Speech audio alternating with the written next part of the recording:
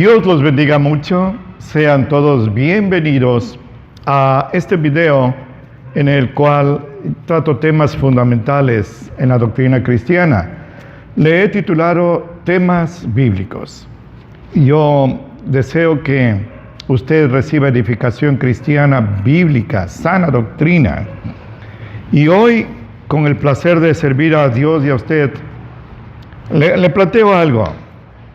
Imagínese, algo que pasó hace 2000 años. Un hombre está en una azotea, son casi las 12 del día, hay mucho calor, y tiene hambre.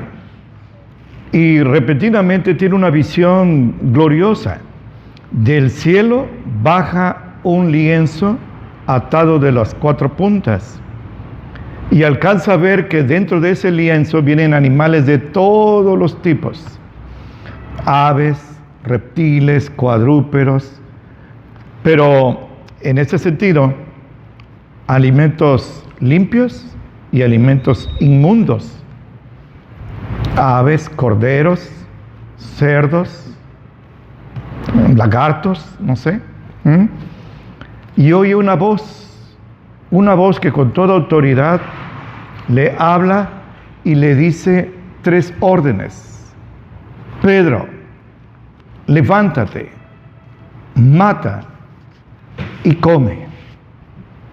Esa visión es la que es el centro de mi mensaje en esta mañana, en este video para usted, acerca de Pedro, que era el hombre que estaba allí, y la visión que tuvo. Mi tema es: ¿debemos comer carnes inmundas? Ese es mi tema. En Levítico 11 y en Deuteronomio 14, Dios dividió los animales, los alimentos, en 2 tipos: los que eran limpios y los que no. Los primeros podían ser ingeridos como alimentos y los inmundos no. Entonces Pedro, que era judío fiel, cuando oye esa voz: Pedro, levántate, mata y come, él da una respuesta al Señor, se opone a Dios y le dice así, y así está escrito en el versículo 14 al 16. Entonces Pedro dijo: no, Señor, porque ninguna cosa común o inmunda he comido jamás. Y volvió la voz hacia él la segunda vez y le dijo: lo que Dios limpió, escúcheme con su corazón, no con sus tímpanos, lo que Dios limpió, no lo llames tú común o inmundo. Y esto fue hecho por 3 veces, y el vaso regresó a ser recogido en el cielo. Gloria a Dios, qué momento tan glorioso. El Señor Jesucristo es el que estaba hablando con Pedro. Era una visión. En esa época el Señor así se comunicaba con sus pueblos, con su pueblo, a través de visiones, revelaciones, sueños, profecías. Inclusive en una ocasión habló por medio de una asna. Imagínense.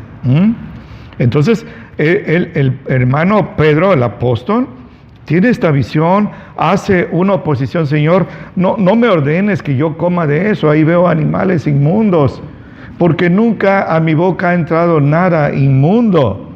Y la respuesta del Señor, yo lo llamo a usted a que se centre en esa respuesta: lo que Dios limpió, no lo llames tú inmundo. Esta visión tiene 2 sentidos. La primera, y se ocupa allí, es que el Señor estaba abriendo las puertas del cielo para los gentiles. Meses antes, el Señor le había dicho a Pedro, ahí cerca de Cesarea: a ti te daré las llaves del reino. A ti te daré las llaves del reino. ¿Qué quiere decir? Las llaves del reino no quiere decir que le da unas llaves metálicas, porque el cielo no es metálico ni tiene chapas. Seguramente, si usted es como yo, salió de la Iglesia Católica Romana y ahí habían estatuas de Pedro con un llavero, eso era característico.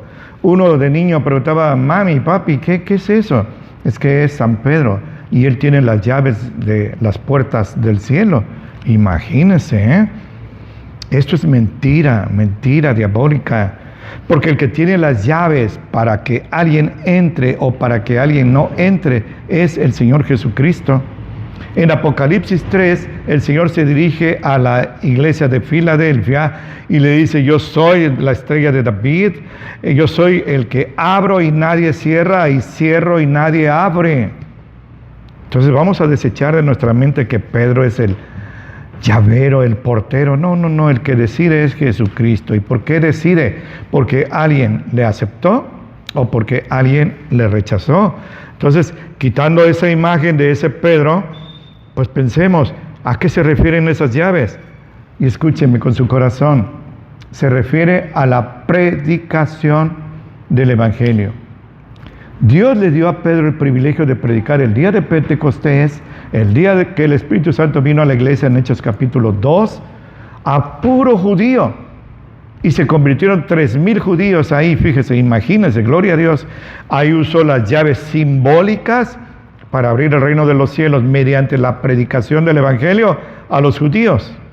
Pero aquí en el capítulo 10, meses después, en el capítulo 10, encontramos a Cornelio, un romano, un gentil, un centurión italiano. Este hombre no era judío, su familia no era judía, sus amigos más cercanos, sus familiares más cercanos, sus siervos militares no eran judíos. Pues a ellos Pedro ahora es enviado a predicar la palabra de Dios. Y Pedro al principio pues tiene sus reticencias, él tiene escrúpulos, dice el Señor, dice el versículo 28 del capítulo 10, y así está escrito. Pedro les dijo a Cornelio y a los que estaban ahí reunidos: ustedes saben que es abominable para un varón judío juntarse o acercarse a un extranjero.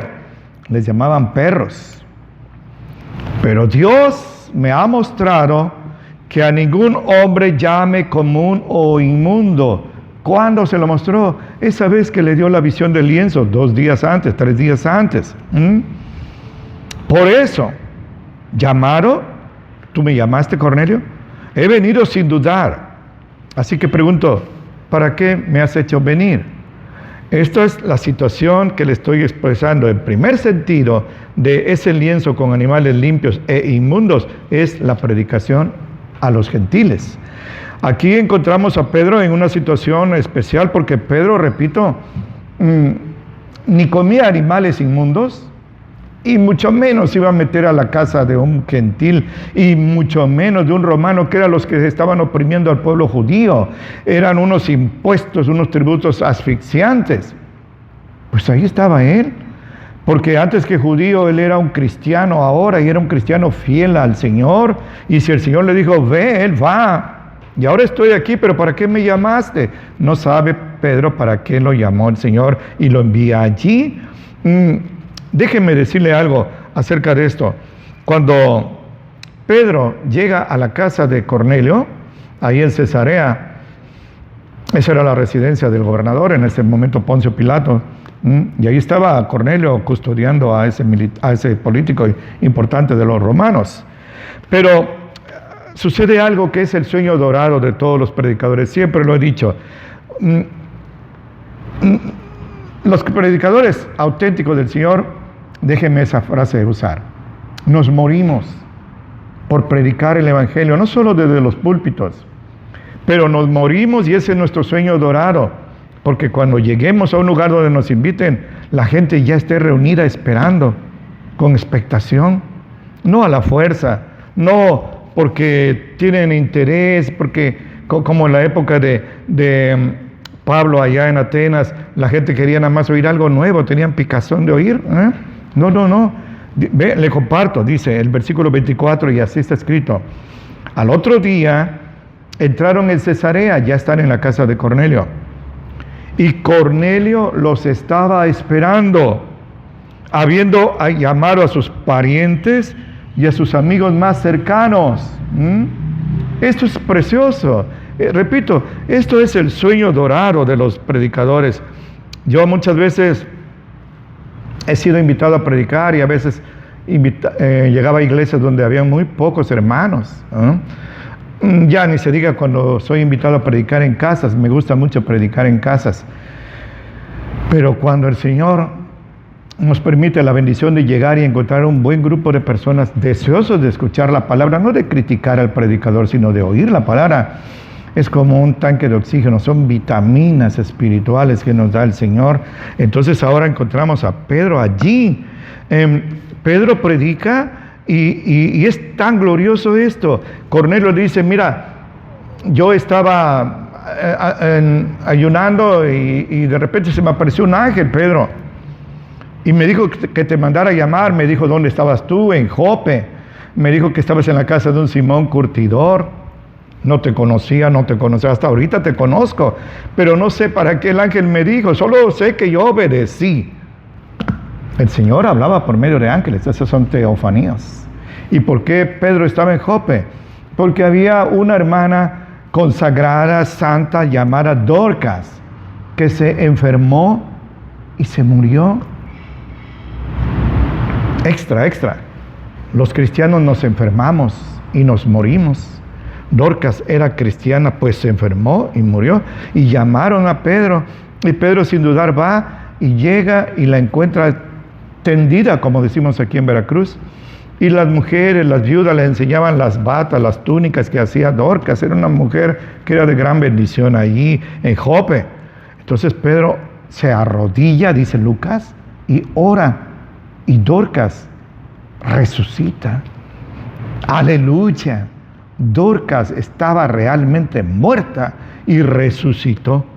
Y todos los hermanos abrazan a Dorcas, abrazan a Pedro y le piden a Pedro que se quede allí, no de vacaciones a tomar un coco ahí en la playa, en una hamaca, sino a predicar y a predicar. Había que aprovechar este gran siervo de Dios, pues hasta allá lo manda a llamar Cornelio.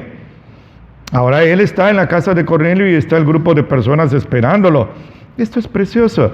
Y dice que la Escritura, que cuando Pedro empieza a predicar, hace dos declaraciones. La primera, dice el versículo 34, y así está escrito. Entonces Pedro, abriendo su boca, dijo, de verdad me doy cuenta que Dios no hace distinción de personas, sino que de cualquier nación que le teme y obra justicia, Él se agrada. Ahora Pedro se da cuenta y entiende perfectamente la visión del lienzo. Ahora me doy cuenta que Dios no hace distinción de personas, limpios e inmundos, sino que de cualquier nación, inclusive en México, hay alguien que le teme, que le sirve, que le honra. Él se agrada y le envía predicadores para que conozcan el Evangelio y se salven. Y es que Cornelio no era un romano como cualquiera, idólatra, borracho, desenfrenado sexualmente, tantas cosas, criminal, explotador del pueblo. No, dice que era un varón. Se lo comparto porque es precioso esto. Dice el 10:1 de Hechos. Había un varón en Cesarea llamado Cornelio, centurión de la compañía que se llamaba la Italiana. Él era romano, él era gentil. Él era piadoso, era temeroso de Dios con toda su familia. Hacía muchas limosnas al pueblo y oraba no a Júpiter, sino a Dios, no de vez en cuando, sino siempre. Este era un judío prosélito, no en la carne, pero sí de corazón. Seguramente se había hecho la circuncisión, seguramente guardaba el sábado, seguramente no comía animales prohibidos en Levítico 11 y Deuteronomio 14. Pues este hombre que amaba verdaderamente a Dios, pero que no era judío, Dios lo tuvo en cuenta y por eso le envía a su gran siervo Pedro, no el primer papa, no el vicario de Cristo, sino uno, como dijo él, yo anciano con ustedes, en su primera carta, capítulo 5, yo soy anciano como ustedes, no el más importante. Y entonces Pedro predica, dice que él estaba todavía predicando la palabra de Dios y predicando, aún hablando Pedro 44, estas palabras, el Espíritu Santo cayó sobre todos los que oían el sermón. los bautizó el Señor. No en agua, sino con el Espíritu Santo, que es el que salva. Y se espantaron, se sorprendieron los fieles que eran de la circuncisión, que habían venido con Pedro. Vinieron 6 hermanos a acompañarlo, porque pues un militar vino por Pedro y se lo llevaron. ¿Para qué? No sea que lo vayan a querer lastimar, pues vamos nosotros. Se sorprendieron que sobre los gentiles el Espíritu Santo había descendido. ¿Por qué? Porque Dios no hace distinción de personas. ¿Por qué? Porque esas eran las llaves del reino de los cielos que Dios le dio a Jesús de una manera simbólica. Se sorprendieron de que también sobre los gentiles se derramara el don, el regalo del Espíritu Santo, porque los oían que hablaban en lenguas y que glorificaban a Dios. No, no, glorificaban a Dios. Esos hombres que no hablaban más que latín, eran romanos, ahora hablaban lenguas, pero no algo incoherente, sino estaban glorificando, alabando al Señor. Entonces respondió Pedro y dijo: ¿puede alguno impedir el agua? Se dirige a ellos, para que no sean bautizados estos que han recibido el Espíritu Santo también como nosotros. ¿Hay aquí, como decimos en las bodas, hay alguien aquí que se opone a esta unión? Todos se callaron y les mandó bautizar en el nombre del Señor Jesús, porque eran puros judíos. Entonces le rogaron que se quedara por algunos días, así como los de Jope, ahora Cornelio. Si ya Dios los recibió, ¿quién se atreve a decirle: no, Señor, no? Así como yo neciamente allá en la azotea hace 2 días, yo le dije: no, Señor, porque ninguna cosa común o inmunda he comido. Ahora entiende Pedro y los bautiza en agua. Y por cierto, los bautiza el mismo día que se convierten a Cristo, horas después, minutos después, los bautiza en agua, bautizados con el Espíritu Santo en el momento en que creyeron y bautizados con agua. Nada de que dentro de 6 meses o déjeme pensar, o déjeme crecer un poquito, no estoy muy seguro, o deje que toda mi familia se quiera bautizar y entonces yo también. No, se bautizaron. Y esto es el primer sentido. Ocupé muchos minutos, pero no los perdí, porque quiero que usted entienda esto, porque el segundo sentido es el que me concierne en esta tarde. Debemos, no podemos, de que podemos, pero debemos los cristianos, puntualizo, debemos los cristianos comer carne de cerdo.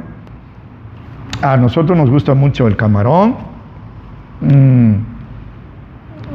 Bueno, hay hermanos que les gustan los ostiones, las iguanas, las tortugas. ¿Debemos comer eso? No es un pecado, no estamos ofendiendo a Dios, o como cierto grupo religioso, por lo que ustedes quieran, no le llamo secta, pero cierto grupo religioso dice: si comes de estos animales inmundos, te perderás. Así que la salvación depende de que yo coma cerdo o no coma cerdo. Inclusive con amor, mucho amor, nos dicen despectivamente los come cerdos.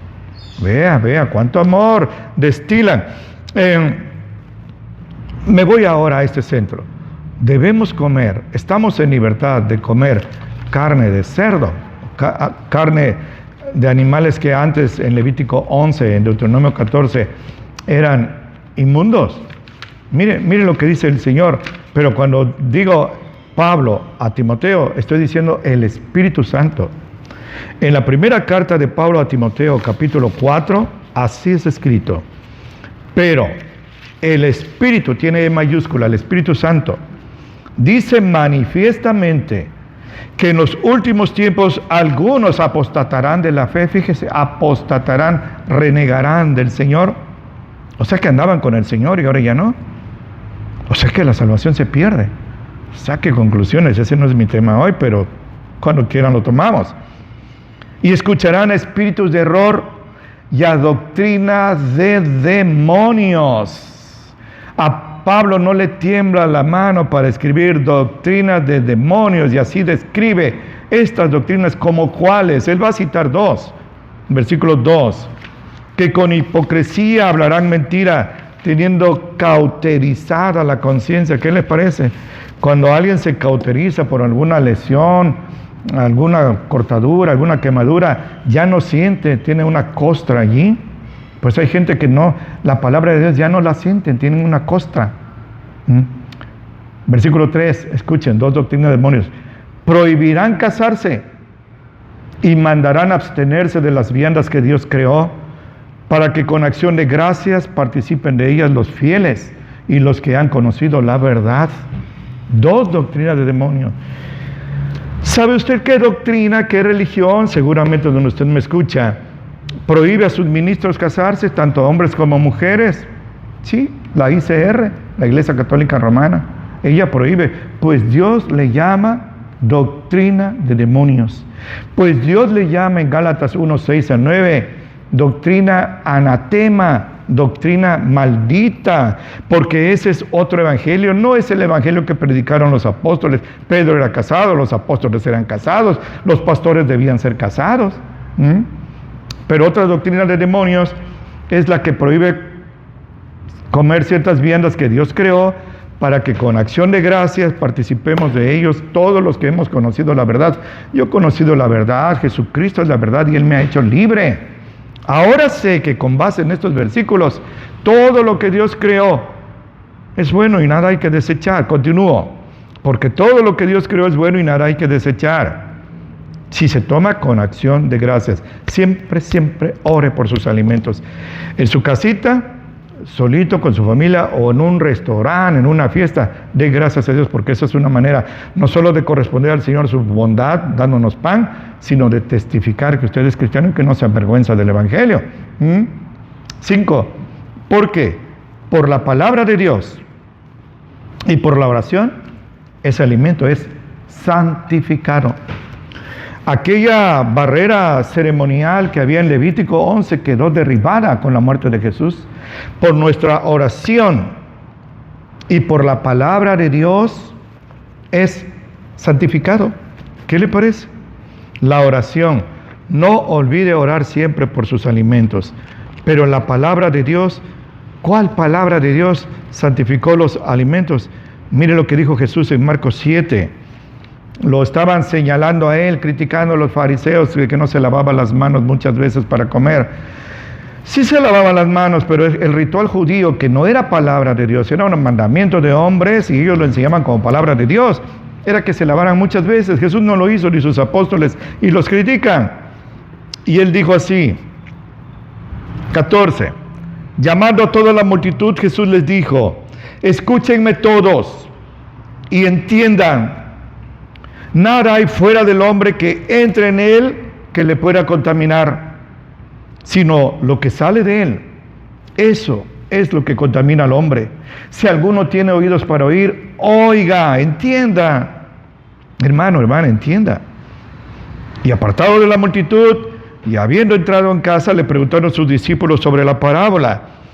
Y él les dijo, ¿también ustedes están igual sin entendimiento?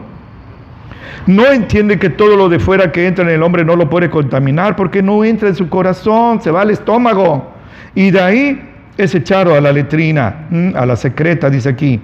Pero escúcheme, con su corazón, no con sus tímpanos. Jesús dijo así, y Marcos lo interpreta. Cuando dijo esto, hizo limpias todas las viandas. Todas. No algunas, soy enfático, todas las viandas. Ahí el Señor, repito, derribó aquella barrera ceremonial de Levítico 11. Ahora todas las viandas ya son limpias. Por eso dice Pablo a Timoteo, por la oración y por la palabra de Dios, Jesús es Dios, que dio en Marcos 7:19, ese alimento que antes era considerado inmundo, impuro, ahora es limpio. ¿Qué le parece? Gloria a Dios, todo lo que Dios creó. Los cristianos, por cierto, no somos vegetarianos, mucho menos somos veganos.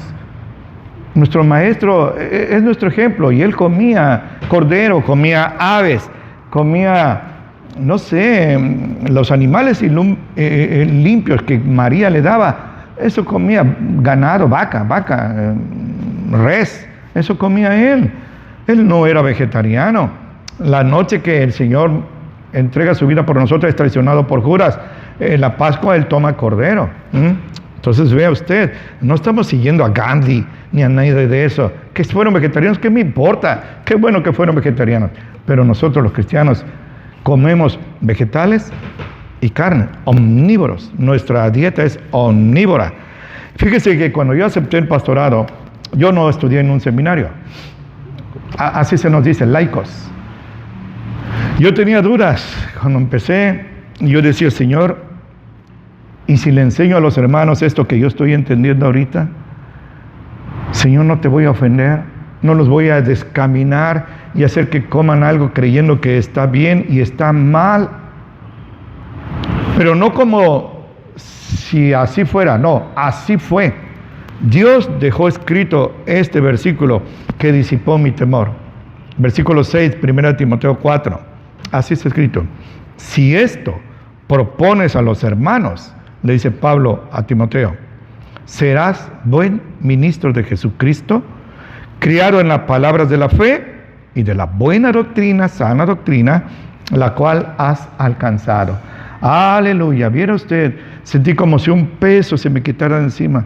El peso de la duda. Señor, ¿no será que voy a enseñar algo incorrecto? Entonces vea usted, nosotros creemos que por la oración de acción de gracias y por la palabra que Jesús dijo, ya podemos comer de toda clase de alimentos, excepto sangre, que por cierto no es alimento. En Hechos 15, 18 al 20, Dios prohíbe que los cristianos comamos sangre.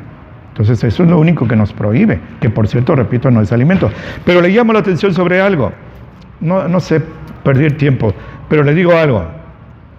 Una cosa es santificado, el alimento es santificado por tu oración y por la palabra de Jesús, y otra es desinfectado.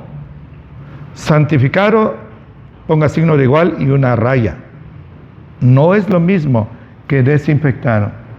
Si usted ora por los alimentos y sabe que el Señor ya los limpió y al comer huele mal, o quizás vea ahí color verde, cosas así, no los coma. He estado con varios hermanos que dicen, hermano, coman. Hermano, discúlpame, pero huele bien, se me hace que está pasado eso. Es más, la lata estaba bombada. Ay, hermano, ya oramos, coma. No, hermano, una cosa es santificado y otra desinfectado. Por eso muchos hermanos que han pecado de muy espirituales, ya oramos, hermano, no tengan miedo. Se enfermaron, y se enfermaron que fueron a parar a hospitales, y se me hace que de ahí al panteón algunos, Entonces vea, Dios nos da libertad, pero mire, el Señor Jesucristo hizo limpios todos los alimentos. Elena White, la madre del adventismo, dice que no, que debemos seguir respetando esa prohibición. Decida a quién le va a creer, si a Jesucristo o a Elena White, y actúe en consecuencia, lo que su conciencia, que espero no esté cauterizada, le dicte. Pero como le dijo Josué a la multitud judía, ahí a la orilla del Jordán, mi casa y yo, mi familia y yo, serviremos a Jehová. Así que tiene usted libertad de comer toda clase de alimentos, hermanos. Ahora, vemos que esa visión representa dos mensajes: el llamado a los gentiles y el llamado a que tenemos ya libertad de comer todo tipo de alimento. Ya no hay animales inmundos, porque lo que Dios limpió no lo debemos llamar inmundo. En Efesios 2:14, nuestro hermano Pablo dice así, y así es escrito: Él es nuestra paz. ¿De quién habla? De Jesucristo. Él es nuestra paz, que de ambos hizo uno, derribando la pared intermedia de separación. ¿De ambos qué? De ambos pueblos, judíos y gentiles, hizo uno que no existía, la iglesia, y con su sangre derramó esa pared que nos dividía. Gloria a Dios. Esto es algo que el Señor hizo. Inclusive vemos que Pedro tenía reticencia, tenía escrúpulos para ir. No, Señor, no me mandes allí. Yo no he entrado a la casa, ni he comido nada inmundo, ni he entrado a la casa de alguien que no sea judío. Pues ahora vemos que todo esto se acabó. Ahora Pedro entiende el mensaje. Y yo espero y oro que usted haya entendido este mensaje. Déjeme decir algo para finalizar. Un detalle que parece pequeño, pero no lo es. Porque ¿sabe qué? Cornelio era romano. Cornelio tenía una cultura, una educación, una instrucción militar muy especial. Y cuando ve que llega, pues imagínense, está él, su esposa, sus hijos, sus criados, que habían aceptado ya el judaísmo, y sus soldados subordinados que también eran judíos. Fíjese, este hombre era jefe, pero instruía a sus empleados en las cosas de Dios, aunque no conocía del Mesías todavía. Fíjese, si usted tiene la dicha de que es jefe, tiene empleados, háblenles del Señor. No digan, pero si este es mi empleado, que le busque él o se vaya al infierno. No, hable. Cornelio está poniendo el ejemplo. Pero dice que cuando ve llegar a Pedro, escúcheme, esto es doctrinal. 10:25, así está escrito. Y cuando Pedro entró a la casa de Cornelio, salió Cornelio a recibirlo. Me acuerdo cuando Eliseo le dijo a Giesi, su criado, ve y dile a Naamán que se bañe 7 veces en el río Jordán. Eso ofendió a Naamán, porque él quería que Eliseo saliera a recibirlo con todos los honores que estaba acostumbrado. Pero no, aquí vemos que Cornelio, el gran militar, el centurión, y no de cualquier compañía, sino de la italiana, la más valiente, la que iba a la primera línea de los combates, salió a recibirlo. Y escúcheme, y derribándose a sus pies, adoró. Fíjense. Esa era su instrucción, lo que él sabía. Cuando llega alguien grande, un dignatario, Pilato, el César, se tenía que postrar ante los ídolos, Júpiter, Marte, el que usted me diga, él se postraba. Conforme a su costumbre, él lo hace. Piensa en este cuadro. El gran militar, centurión de la italiana, Cornelio, postrado a los pies de un humilde carpintero, con los pies sucios por el camino, ignorante, sin letra, analfabeta diríamos ahora. Ahí está. ¿Qué hubiera hecho usted? Yo sé lo que yo hubiera hecho. Pero Pedro no era como usted y como yo. Dice el 26, y así está escrito, y esta es la lección. Pero Pedro lo levantó, rápido lo levantó, y le dijo, levántate, porque yo mismo también soy hombre, soy ser humano, no merezco adoración. El único que merece la adoración es el Señor. Cornelio se sorprende, ¿no?, de esas cosas. Entienda, en Apocalipsis 19 y 22, el ángel le revela a Juan todo lo que es Apocalipsis. Eso quiere decir revelación. Y Juan, otro judío fiel, ahora apóstol y ahora cristiano, se postra ante los pies del ángel, y el ángel lo levanta. Fíjese, el ángel, ya no digo Cornelio, ya no digo papas, sacerdotes, basura humana. No, digo el ángel que no peca, levanta a Juan y le dice, levántate, porque tú y yo somos consiervos. Adora a Dios. ¿Qué le parece, mi hermano? Apocalipsis 22:8 y 19:10. Lo que le estoy compartiendo está en la palabra de Dios. Ahora repito, el sueño dorado del predicador es que cuando lo inviten a predicar esté la gente dispuesta a oír.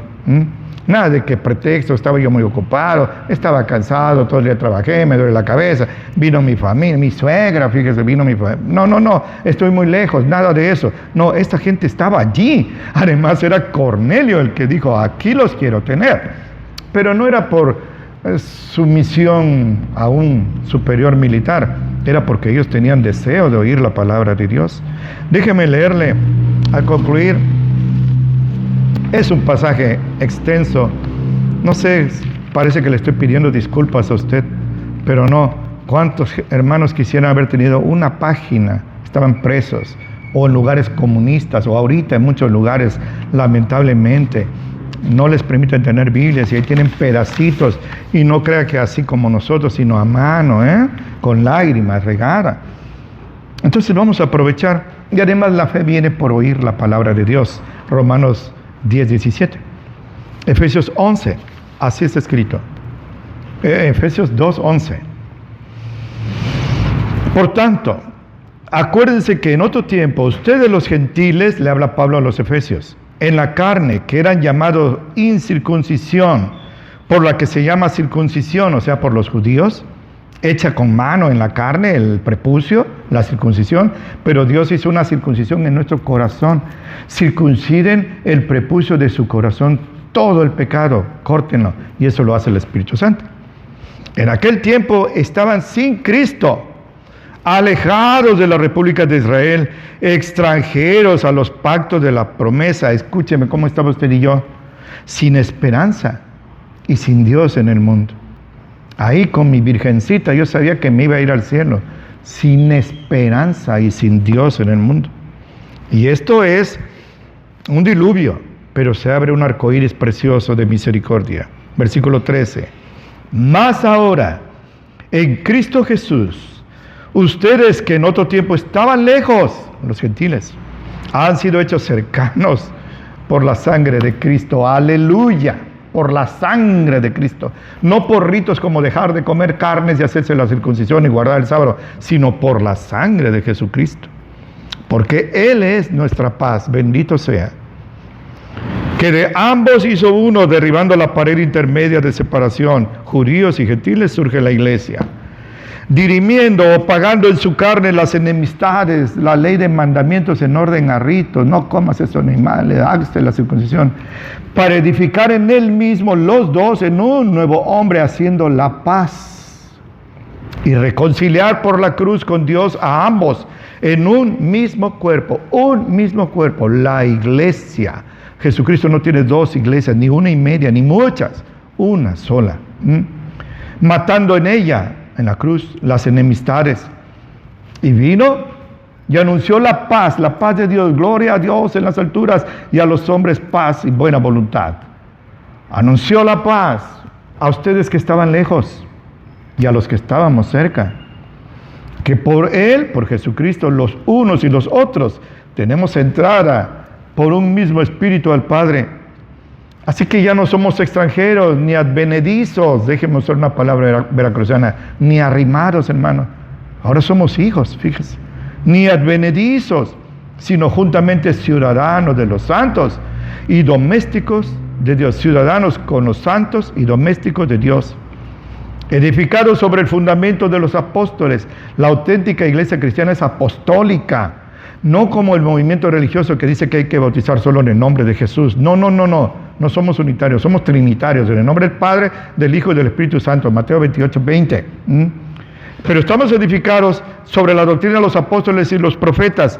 ¿Pero quién es la principal piedra del ángulo? Pedro. No, Jesucristo mismo. Efesios 2:20. Guárdenlo en su corazón, atesórenlo, hermano. En el cual, compaginado todo el edificio, va creciendo para ser un templo santo en el Señor, en el cual ustedes también son juntamente edificados, ustedes, efesios gentiles, para morada de Dios en espíritu. Aleluya. ¿Qué le parece? Así que ahora resulta que los cristianos verdaderos, ¿qué iglesia es la de Jesucristo? ¿Cómo se llama? Ni católica ni pentecostés. No discuta eso, ni bautista ni mormona. La iglesia cristiana verdadera se llama así, cristiana. Hechos 11:26, allá en Antioquía, así se les llamó por primera vez. Y no le pusieron ese nombre ellos mismos, sino la gente al ver que vivían como su maestro. Siervos de Cristo, cristianos, siervos de Buda, budistas, allá ellos. Qué interesante. Juan el apóstol dice que Jesucristo es la luz verdadera que alumbra a todo aquel que viene a este mundo. El Buda se llamaba a sí mismo el iluminado, la luz. Pues cuando Jesucristo nació en Belén, Buda ya tenía casi 7 siglos de haber muerto. Pues Jesucristo estuvo dispuesto a ser la luz de Buda, y Buda lo rechazó. Y con todo ser iluminado va a ser lanzado muy pronto al lago de fuego y azufre. Pero ya está desde hace 2600 años en el infierno, su alma. Así que la iglesia cristiana se llama cristiana. Somos apostólicos porque tenemos la doctrina apostólica. Somos católicos. No se enoje ni se salte de su asiento, no se despierte, quizás estaba dormido ya. Somos católicos porque la palabra católico quiere decir mundial o universal. La iglesia cristiana está ya en todo el mundo gracias a la predicación de estos valientes hombres de fe y los que ahora están sirviéndole, gracias a Dios por ellos. Somos verdaderos testigos de Jehová, no falsos, de esos que andan predicando ahí en las calles de dos en dos con sus sombreritos característicos, disfrazados como si fueran menonitas o amish, no sé. Somos adventistas, pero no somos del séptimo día. Somos adventistas porque estamos esperando el advenimiento del Señor.